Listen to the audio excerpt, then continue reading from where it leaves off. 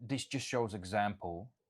If the person wouldn't do the inspection, he would just bought a car regardless, because he nearly bought a faulty car even with inspection, because he was trying to convince himself it's kind of not as a big problem. He found a sort of cheaper part, but he doesn't understand when he goes to the garage. Yes, you can look at the cheapest thing what you found, but then you will need to do this. Then the garage said, we're not going to put the engine back together because it needs this, it needs this, it needs this. So I said, look, the engine repair will be £5,000. You know, move how you want. That's reality. So check what you buy. Trust me. £200 inspection for the price of the battery is cheaper than buying a problems.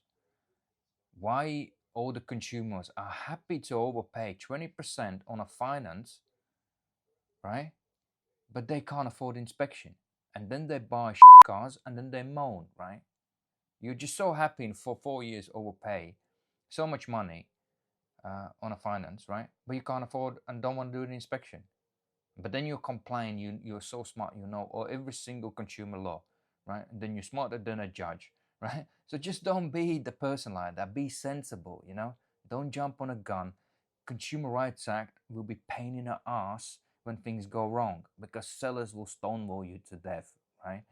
And it's gonna take you a year or two, right? You can play the game. Sellers they're not stupid. They can play the game if they want to, especially if they're dealing with unrealistic customer, where most of the people kind of are, especially people who buy and order the cars, the older cars, sort of 70, 80,000 miles, 100,000 mile cars, or even above.